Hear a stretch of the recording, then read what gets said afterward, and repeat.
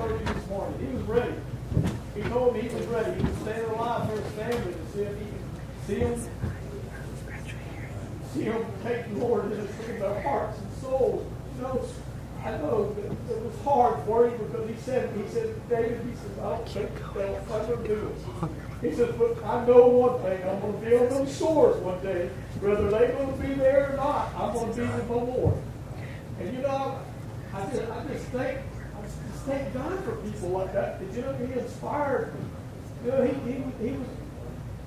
he was an older guy when he got saved, but you know something? He did what he wanted to do, but you know something? He still gave it all to the Lord because he said, Lord, please forgive me for what I did back then because I want to serve you now so I can be with you on down the road. I ask God to just keep that family in prayer because, you know, he went to heaven. I know he did because that's all he talked about, that he wanted to be with the Lord. So, you know, I'm just happy. I'm happy for his family, but I just wish his family would just understand that they need to be where they need to be if they want to ever see him again. Amen. And I thank you for giving me the peace that I have about losing him because I loved him to death. And it takes the Lord to help you. When you got a heavy, burdened heart, it takes the Lord to help you because if the Lord don't help you, nobody can. And I thank you for it. Amen. Brother Myers, I'd love to stand up and say that I love the Lord this morning with all my heart. Thank him for his love and mercy and goodness to us all.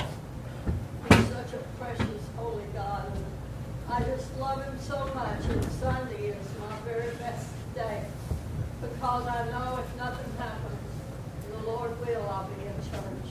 Yeah. And I can't drive at night. That's why I'm not here at night. But I love the Lord, and I was 83 years old this week, and I thank God for every year that he's given me. He's such a great God. I could never praise him or love him enough, not ever. If I praised him all day long, it wouldn't be enough. But I love him with all my heart. Amen. Happy birthday to you, Sister Joyce. Many forces of evil out there fighting against our country, against the church, and they fight against the country, they're fighting against the church also. So there's many out there, like Chase Sekulow, he's got about a half dozen more cases coming up against Obama and the Senate, different ones that have made falsehood and beating the people in a lie. And John Whitehead and the Wrestler Foundation and many of they've got fighting. And we need to remember them in our prayers. I try to pray for the game warden, the sheriff, the police, the border patrols, and several others each day. They Lakeland 2 or 3 days ago, and Eaton place and a couple of Lakeland police trucks walked in, and one of them got his service walked on like that, the other one on the shoulder, and I said, word of encouragement, I said, I pray for you policemen every day. He said, I appreciate that. So we need to uphold those that are upholding our country. Amen. Amen. Amen. If you have your Bibles this morning, I'm going to turn to the book of Psalms, chapter number 37. Appreciate to see every one of you in the house of the Lord this morning. Good to see our sister back with us this morning. Good to have you. Appreciate you for being with us. It's also good to see Sister Kathy with us again this morning. Amen. And always been lifted up in prayer. Psalm chapter number 37. Once you find it, if you will, stand to your feet for the reading of the Word of God.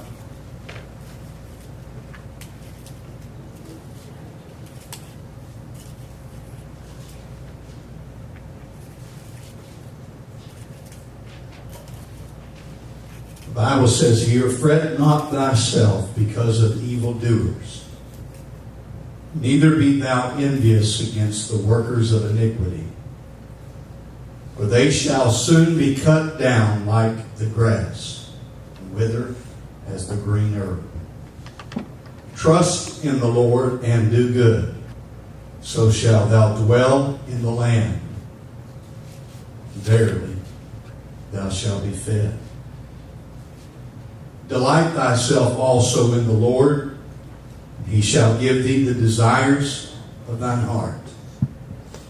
Commit thy way unto the Lord, trust also in him, and he shall bring it to pass. And he shall bring forth thy righteousness as the light, thy judgment as the noonday. Rest in the Lord, and wait patiently for him. Fret not thyself because of him who prospereth in his way, because of the man who bringeth wicked devices to pass. Cease from anger, and forsake wrath. Fret not thyself in any wise to do evil. For evildoers shall be cut off, but those that wait upon the Lord, they shall inherit the earth. What a promise. They shall inherit the earth. For yet a little while the wicked shall not be. Yea, thou shalt diligently consider his place, and it shall not be. But the meek shall inherit the earth, shall delight themselves in the abundance of peace. The wicked plotteth against the just, and gnasheth upon him with his teeth. Verse 13. The Lord shall laugh at him, for he seeth that his day is coming. If you will, skip down to verse 34. Wait on the Lord, keep his way, and he shall exalt thee into inherit the land when the wicked are cut off. Thou shalt see it. Raise your hand to the Lord this morning and ask for God's perfect will. Father, this morning we're so thankful, God, for your good mercy, your grace, your peace. God, all the things that we need to be able to make it in this Christian race. We're thankful this morning for the Word of God, which is able to guide us, give us direction for right now and where we're headed. I pray this morning for the anointing of the Holy Ghost upon the words that I'm about to speak. I'm asking this according to your will, and everyone can say amen. You can be seated in the presence of the Lord. A little different this morning, teaching Sunday school, and then right on the heels of that, turn around and preach a message. But we're going to do our best this morning, so you just pray for me.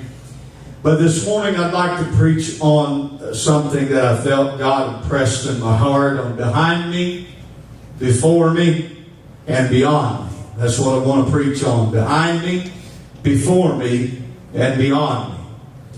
When we look at the text that I've read to you this morning, you can see that this psalm was written as a form of encouragement to those that are still in Babylonian captivity. That's an obvious documented fact that their bondage was a result of their disobedience in their past, behind them. We already know this. When we look at the Bible, we see that they're living in a time right here currently in the Scripture that day after day, week after week, and month after month, they are having to deal with all the different bondage and different circumstances of where they are, everything that's going on in their life. They're living most likely in a miserable place of their life.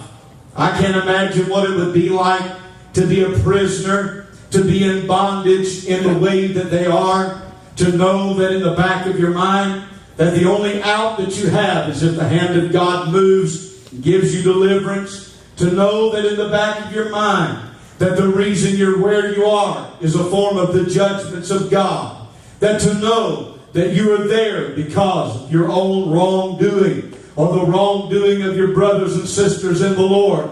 But you see, in the midst of difficulties, many times people are blinded by their circumstances. They begin to lose hope. Many times you begin to see everything that is going wrong, and all you can do is barely hang on, and it's everything you can do to get by, as we say, by the skin of our teeth.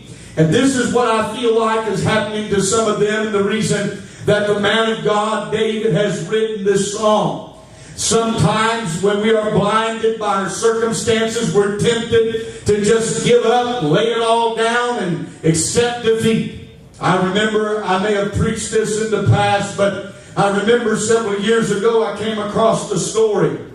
These men got stranded out at sea. Their ship had taken on water. They're out in the middle of the ocean, in the middle of nowhere. One night after they'd been trying to stay afloat for so long, there was no hope in sight. There was no boat, no rescue boat coming their direction. It didn't look like there were any helicopters overhead.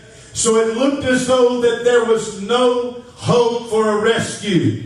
One of the men began to talk about how that as time began to go on, he thought, contemplated in his mind, what I'll do, I'll just take a big gulp of water. I'll just close my eyes and give in to the sea. In other words, I know that I'm going to die anyway. I'll just take a big gulp of water, drown myself, and just go ahead and get it over with now, instead of treading water for another 3 or 4 hours in the hot sun and die anyway. I'll just give in to it. In other words, accepting defeat. When I look at what was written about the woman who that Elijah come across, and the Bible said that he went there to Zarephath, and there was a widow woman during this time of a famine. She's got her son, and when the man of God asks her about what she has to eat, she says, I've just got a little bit of oil in the cruse and a little bit of meal in the barrel. I'm about to go in. I'm going to make me and my son one last meal, and then we're just going to die. In other words, I don't have a lot of sustenance left. I'm going to do what I'm able to do, and then I'm going to accept defeat. I'm going to accept my demise. Do you know that a lot of times we can come to that place because we have been blinded by our circumstance? When we look around, all we see is the problem, and that's exactly what the devil wants us to see. I can tell you that sometimes help is closer, and the answer of God is closer than we may even realize. And yet we cannot see it because we are blinded by our circumstance. I told you several years ago in preaching about the lady who had a fear that of this doomsday stuff and about some sort of end of life type thing where there would be no food and there'd be no water and all of these things. And so this woman started at a younger age. She started gathering all this food, and in her house she had a special room dedicated to, if there ever was a time that there was a food shortage, there was a room dedicated to all these types of canned goods and non-perishable foods in case of a natural disaster or an end-time thing. And so they say from the floor to the ceiling there is food. Wall to wall in this room, this large room, was food. Well, the bad part about the story was that one day the firefighters got a wellness call. They went to check on that woman, and when they finally kicked the door down, they found this woman, and she was nothing more than skin and bones. She looked like a skeleton, barely any meat on her bones. And guess what happened to her? She died of starvation in the living room. And she was only a few feet, they say, away from that pantry that she had, floor to ceiling, wall to wall, with food in there in case of an emergency situation. She lived her life in such fear that one day there would be no food, that she would take the food that she did get and put it on a shelf. And she did that until she starved her own self to death. Doesn't make any sense, really, does it? But you see, she was being blinded by her own emotional personal circumstances, things that she had created in her mind. And one day she ended up dying on the other side of a room that was full of food. I believe sometimes that you can be so blinded by everything that is going on around you that you fail to know or to see that there is help right around the corner. I feel like sometimes we are blinded by what's going on and we fail to understand everything we need is just around the other side of where we are. Sometimes we think to ourselves, God, everything is falling apart, when on the other side of that wall, on the other side of that problem is everything you need to sustain you and to get you through. But there you lay in the floor of the living room, starving to death emotionally and spiritually. You are allowing yourself to be drained of everything while God says, I am everything you need and so much more. Can you say that? Is there anybody here besides me? You've allowed your mind to play games with you. You've allowed at times in your life for the devil to get in your ear and say, you're not going to make it. Well, God's forgot about you. Look at where you're at. Everything's going wrong. It must be all your fault. You're the reason why you're in the place that you're in right now. Am I the only one that's ever felt that way in the past? Well, I can tell you this. God does not want a child of God to live in that state of mind. Can you say amen? Amen. Come on.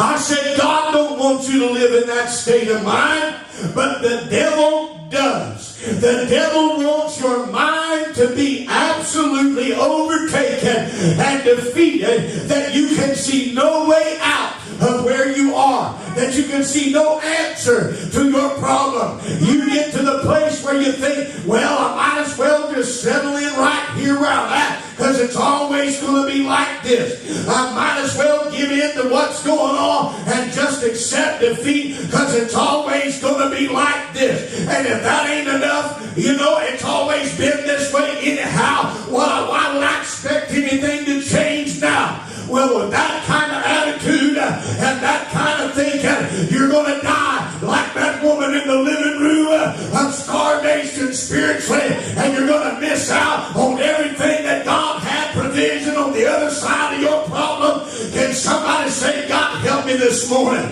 But you see, this is a place that the children of Israel are in, and God's using David to talk to them, because everything that is behind them, all of their backsliding, all of their disobedience, even though God was good to them, you take that, you factor that into the problem, then you take everything that is before them. So we're looking at everything behind me, I'm looking at everything before me, and you see, everything before me tells me it ain't going to get any better. It looks bad. It is bad. I accept the way it is. I'm not going to stand around and act like it's better than what it really is, preacher. Well, what you're doing is you are taking into account everything behind you and everything before you.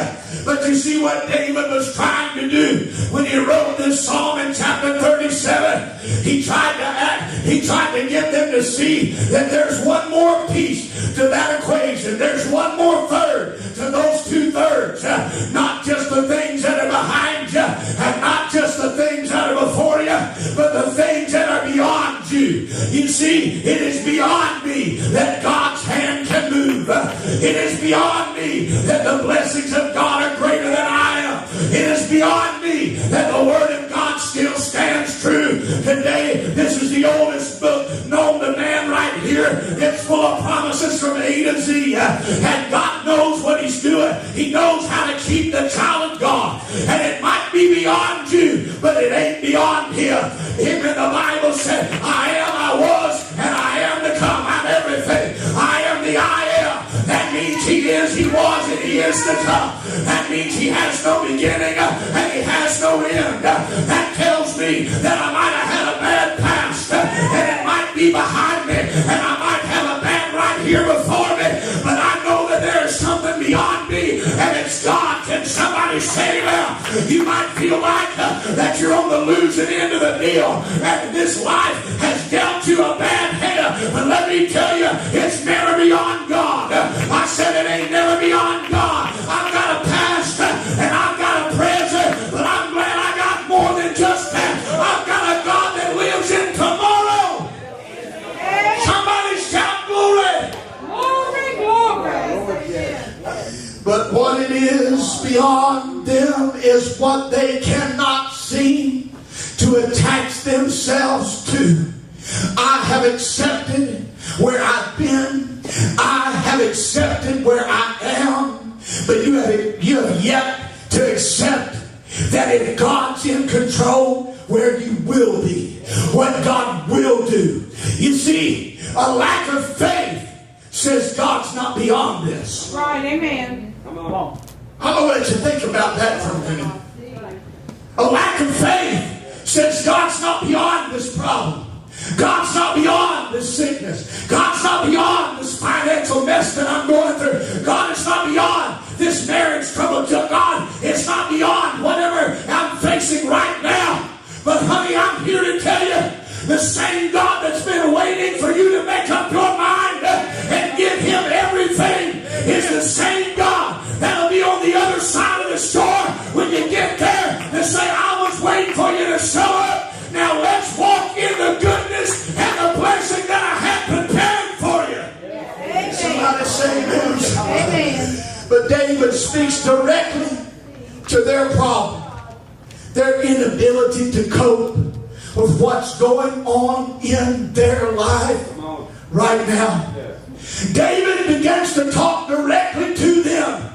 And he shows them the promises of God that follow the conditions of God. Folks, I want you to listen real intently for the next few moments. And I want you to see the way that this psalm reads. In verse number 3, he says, trust in the Lord and do good. And the condition. So first, God begins to show them one thing, and then He begins to show them what He will do. He says, trust in the Lord and do good. And then He says, so shalt thou dwell in the land. And verily, He says, come on, thou shalt be fed.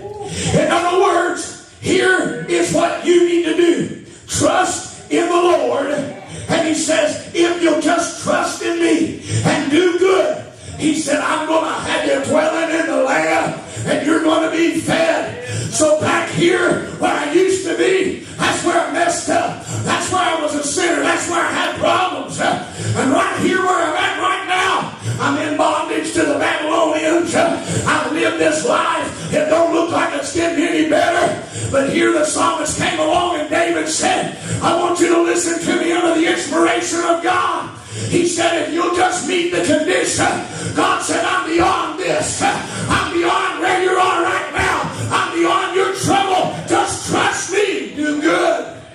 And He said, I'm going to make sure that beyond right here, He said, you're going to dwell in the land and you're going to be fed. Somebody shout, God help me right now. Hallelujah. Not only that, but I want you to see the pattern. Each and every verse and the beauty of it. In verse 4, he says, delight thyself also in the Lord. Again, he tells you what you got to do. And then he goes on to say, and this is what God will do. Are you ready? Delight thyself also in the Lord, and He shall give thee the desires of thine heart. Come on, somebody. You might be looking at your back behind you. You might be looking at right what's before you. But somebody, you need to get your eyes set before you, beyond you. Get your eyes set beyond where you are right now. And say, if I just do what God said, delight myself in the Lord, He will give me the desire of my heart. Somebody say, praise the Lord. Those of you that like it just a little bit deep, well, let me show you here something. I've often heard this verse. I've seen this verse by itself posted on pictures. I've seen people with it on the walls of their house. Delight thyself also in the Lord, He shall give thee the desires of thy heart. That word delight in the original Hebrew It is onag, which is to be soft or pliable. Do you hear that? The original word that it was translated from is onag, which means to be soft or pliable. So when he said, delight thyself in the Lord, y'all ready for this? Be soft and pliable. Are you hearing me, somebody? In the Lord.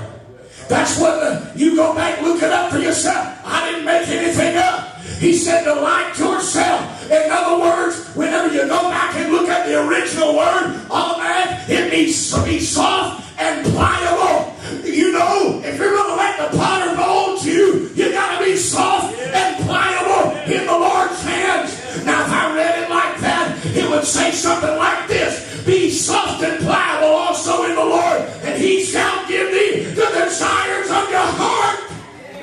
Hallelujah.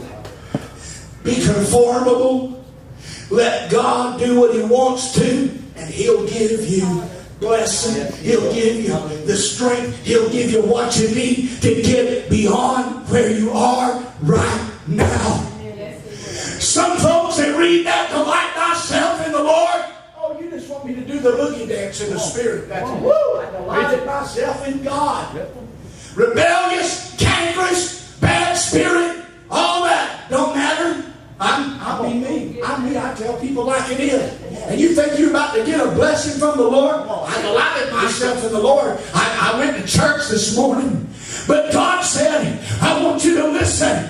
Honey, if you're going to be blessed by God, you got to be moldable. You got to be pliable. If that ain't the case, then you tell me why that Jeremiah got sent down to the potter's house to watch a work on the wheel. And he said, behold, he said, cannot I make again that clay another vessel? Come on, somebody. He was trying to show the whole house of Israel, if you're going to be molded, if you want your situation changed, you got to be pliable and let me mold you. Amen. Somebody say amen. Amen. I want you to see here in verse number 5. He says, commit your way unto the Lord, trust also in him. He's told you what to do, and then he tells you what God will do. He said, and he shall bring it to pass. You do, I'll do. You show me that you really love me, and I'll show you how much that I've loved you when you didn't love me. I'll show you my goodness poured forth like honey. Come on, somebody. I'm just telling you this morning that if you want to walk and get beyond where you were and beyond where you are, you got to look farther down the road and obey God. Somebody say amen. Folks, they want the blessing, but they don't want to do right. They want God to bless. You know, I see people got car bumper tag stickers and stuff on their cars that too blessed to be stressed, cutting folks off down the road, shooting people to burn and everything else. Yep, you're too blessed to be stressed, all right. You need to find an altar and pray through. Somebody say amen. I can tell you this. When you get prayed all the way through at an altar and you get that old time victory, anybody know what I'm talking about? When you get up and you love everybody, when you get up and you just want more of God. That's what some folks need. Say amen. Verse number 7, he said, rest in the Lord and wait patiently for him. Fret not thyself because of him who prospereth in his way, because of the man who bringeth wicked devices to pass. And guess what he says? He says that he will do great things if you will give in to him. Commit your ways. But I want you to listen to this. Rest in the Lord. When you read rest in the Lord, what's the first thing that comes to your mind? Take a nap? Huh? That original word, rest, it's dalman. That means to forbear, hold peace, quiet self, rest, be silent, put to silence, be still, tarry, and wait. If you summarized it all, it would be like this: be quiet. So Sister Kathy, whenever David said, rest in the Lord, the original word for rest was onad. In other words, he says, what I want you to do, or I got the wrong word here. It was daman, which means forbear, hold your peace, quiet yourself. He says to be silent, put to silence, be still. You know the reason why I believe that he wrote that? It's because you and I, when we go through what we were in the past before, when we go through what's in front of us right now, you know what we have a tendency to do? We complain and run our mouth about everything. Amen. Can't believe they did me like that. I can't believe it's like this. Or what? Did you see the other day? I am so aggravated. This is the craziest stuff I've been through. This is just ridiculous. That's my favorite word. This is just ridiculous. When it's off the chart and I can't get that bolt and I can't hardly grab hold of it and get it tight, this is just ridiculous. Huh? But you know when you're going through the midst of some real bad stuff, David says, rest in the Lord. In other words, what David was saying, just find a way to be quiet. Because all that complaining is not going to cause you to quickly get out of your situation. I preached it like this here a while back. You try to fuss your way out of your trouble. You try to fight your way out of your trouble. Or you pray your way through your trouble. You hear me? Some folks had rather fuss and fight all the way through. Lord, I'm so mad. I just can't stand it. This is so crazy. I don't deserve this. They talk about me. This one talks about I can't pay my bills and blah, blah, blah. I'm so mad about everything. That's about the way we get. But God says, just take a few moments. Time out. Just be quiet a little while. I've got something great ahead of you. You're complaining about stuff, and there's no reason to get like that. I've got something on the other side of where you are right now. Can you prove it? I'm going to try. You remember whenever they crossed the Red Sea?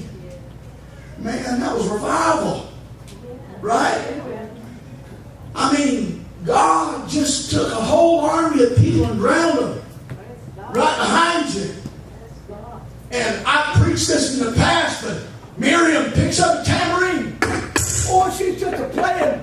I don't know how she might have not been that kind of tambourine we play. I don't know, but it worked, you know, right? She was playing the tambourine, going to town on that thing, and you know what I found out? It wasn't very long after she did. You know what she did? What they started doing? They started complaining, murmuring and griping and going on and whatnot. My battery's dead. You know what I found out the people will do? So you got victory in the house right now, and you can play the tambourine. Oh, I'm so excited!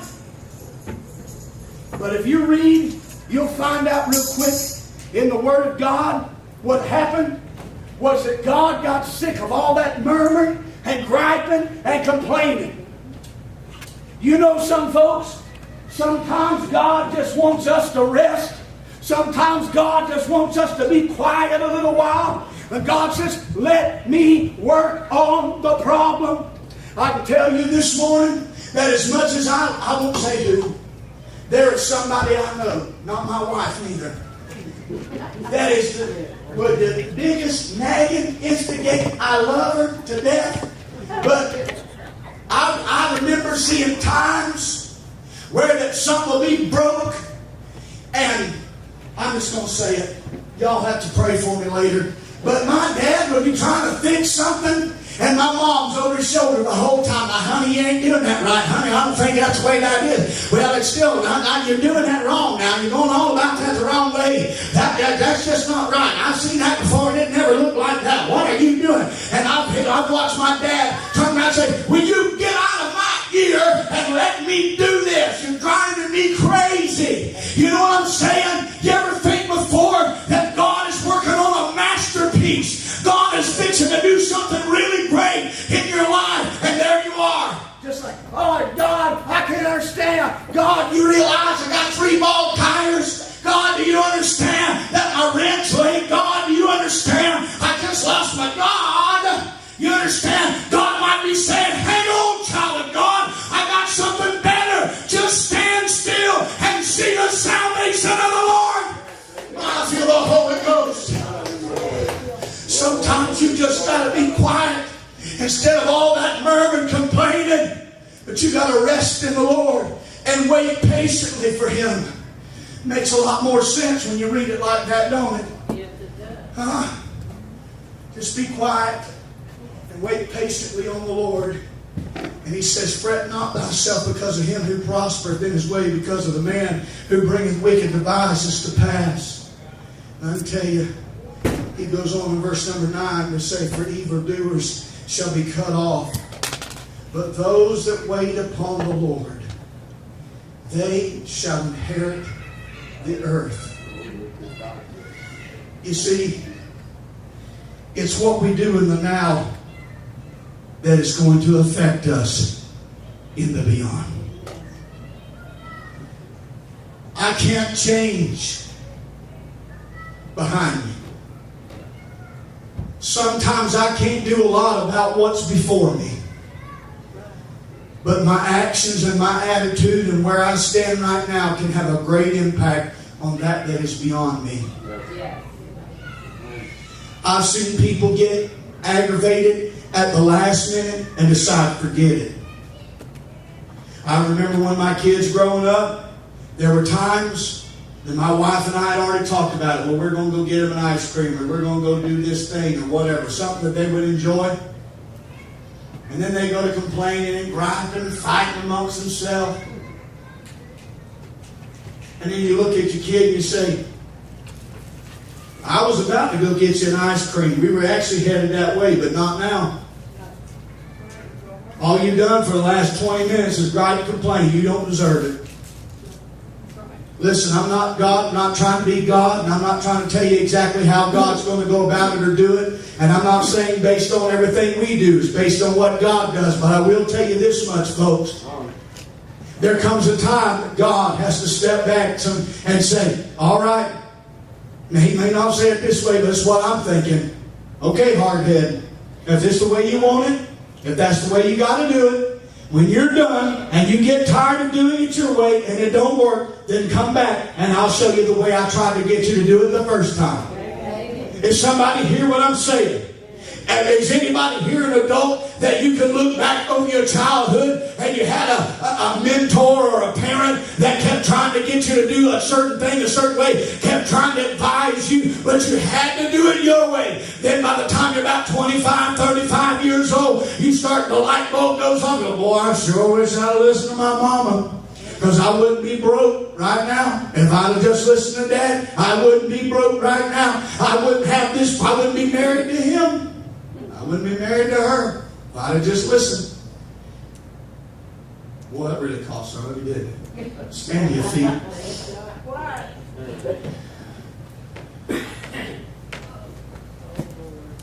What I need you to understand is that everything that is behind me and you, and everything that is before me and you, does not have to dictate that is beyond us. Amen.